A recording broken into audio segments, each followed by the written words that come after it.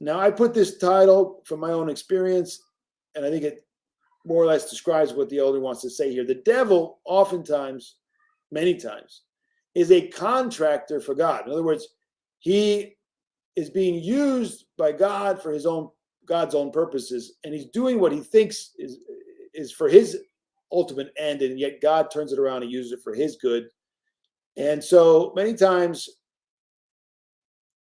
you'll see that God is allowing, of course, the freedom of man and to work with the devil and to bring about terrible things.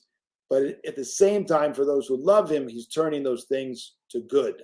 And for everyone who loves God, all things are turned to good if we understand properly how to deal with them. So let's hear what the elder has to say. Do you notice, he says, that the devil says that he has authority over all kingdoms? He says this in the Temptations in the Desert to the Lord. We are not saying the devil governs the world. No. God governs the world. However, God allows the earth to be governed by the devil. He's the prince of this world, right? Prince of this age. St. Cyril of Jerusalem says, what kingdoms belong to the devil? He is penniless. He is nothing. Yet he claims that he has these kingdoms and can give them away as he pleases. He has them in the sense that it has been permitted by God. So he does not have them for himself. God allows it and uses it for those who love him for his own purposes. When the devil says it has been delivered to me, he means delivered by God. That it can only take place with God's permission. Thus, the people of the nations, those who do not embrace the gospel, do not want to be governed by God, but by the devil. So they voluntarily, he cannot force anyone. The devil cannot force anyone to do his will. But he offers much, he entices, he pushes, he prods, he forces, if he tries to force, right?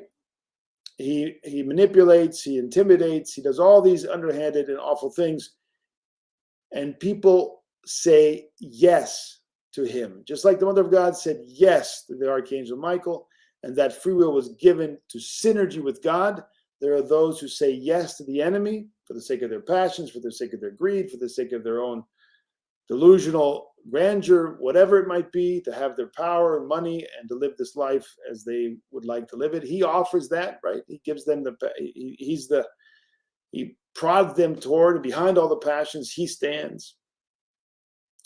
And they choose to be with the devil, to be governed by the passions. And that means to be governed by the devil, because behind the passions stand the demons. Do you see how apocalyptic the situation is? Tragically, if you find yourself outside of God's commandments, then the devil governs you.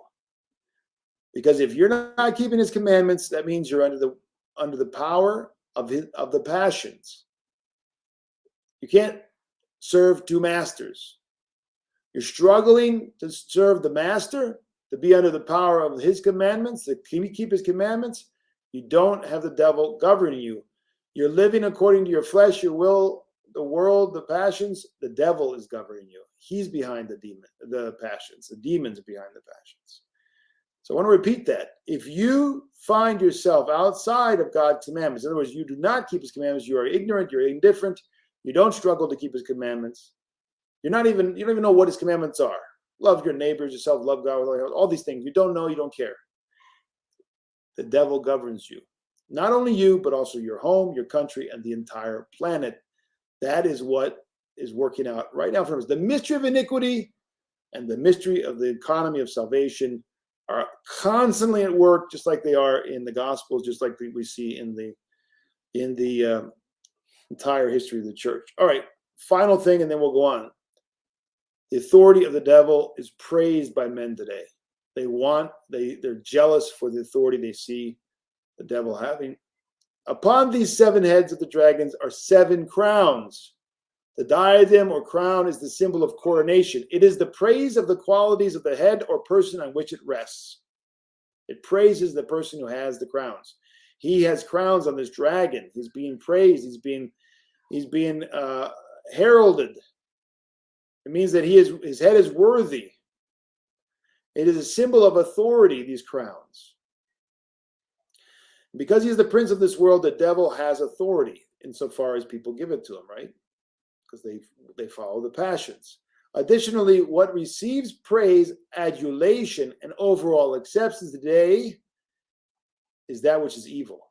And so when they praise these things and they have adoration for them and they accept them, they're accepting, praising, and worshiping the devil.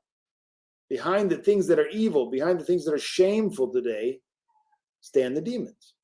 Today's world crowns evil behavior because the entire world has succumbed to the evil one. In other words, the world, people of the passions, the people who have no idea, no care to keep the commandments, of course, they succumb to the evil one.